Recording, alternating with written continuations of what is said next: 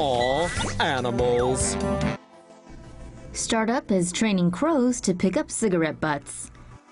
Tired of looking at cigarette butts littering the streets? A Dutch startup might just have the answer. Crows are highly intelligent and are able to make and use tools. Cigarette butts are the most littered item on the planet, with an estimated 4.5 trillion butts thrown away each year. The startup Crowded Cities plans to use the CrowBar, a device with a funnel for cigarette butts and a dispenser, to teach crows to pick up cigarette butts in exchange for food. It trains the crows using a 4-step process. The first step presents food next to a cigarette butt, training the birds to expect food from the machine. Second, the machine only gives out food after the crow arrives. Third, the device only presents a cigarette butt with no food. The crow then starts to look for the food and, in the process, knocks the butt into the funnel, dispensing the food. The fourth step involves removing the cigarette butt, but leaving them scattered around the crowbar. The crow will then start to pick up butts they find and bring them back to the machine. The next step for researchers will be to study how collecting toxic cigarette butts affects the crows. Hey, it beats walking.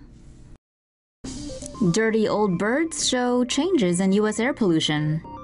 Researchers analyzed the amount of soot on birds in museums from Rust Belt cities to track air pollution in the U.S. over the last 135 years. A new paper shows the discoloration of birds in museum collections can be used to estimate the amount of black carbon air over time.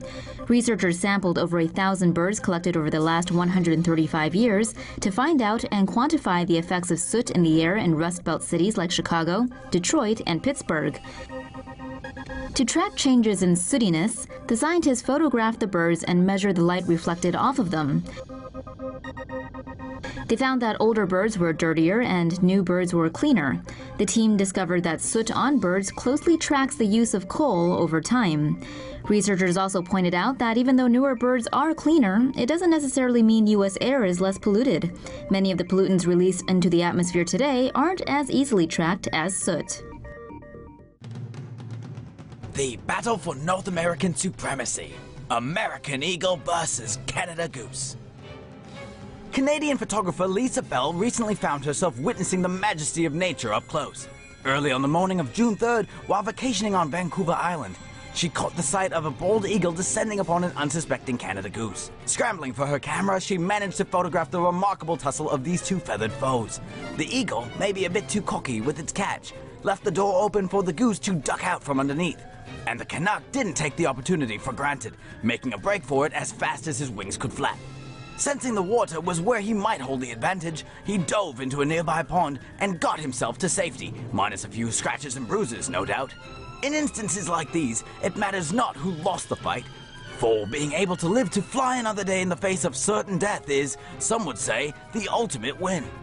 The loser in this case would appear to be the arrogance of the superior fighter, who could only exit the ring knowing he alone let the glory slip through his talons.